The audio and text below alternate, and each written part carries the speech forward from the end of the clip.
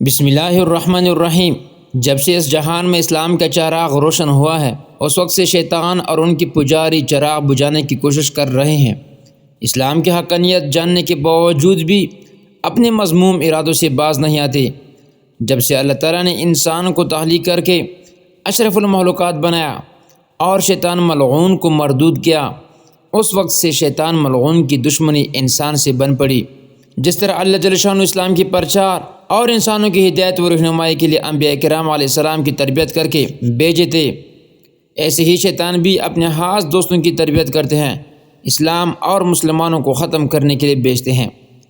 Donald Trump کی دور حکومت میں کرونا وائرس کی وبا سے پہلے کی ویڈیو منظر عام پر آ چکی ہے، جس میں صاف نظر آتا ہے کہ وہ مکہ مکرمہ جو کہ دین اسلام کا مرکز ہے کے بارے میں اہم گفتگو کر کے منصوبہ بندی کر رہا ہے۔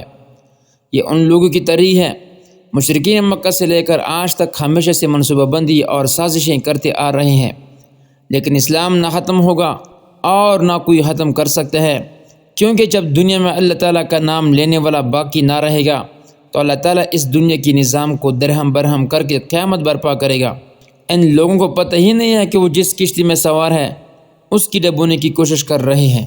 ان کفار نے ٹیکنالوجی حاصل کر کے اسلام کو دبانے کی کوشش کر رہے ہیں، حالانکہ ان کی بہادری کا حال اس ویڈیو میں آپ دیکھ سکتے ہیں جو سکرین پر چل رہی ہے۔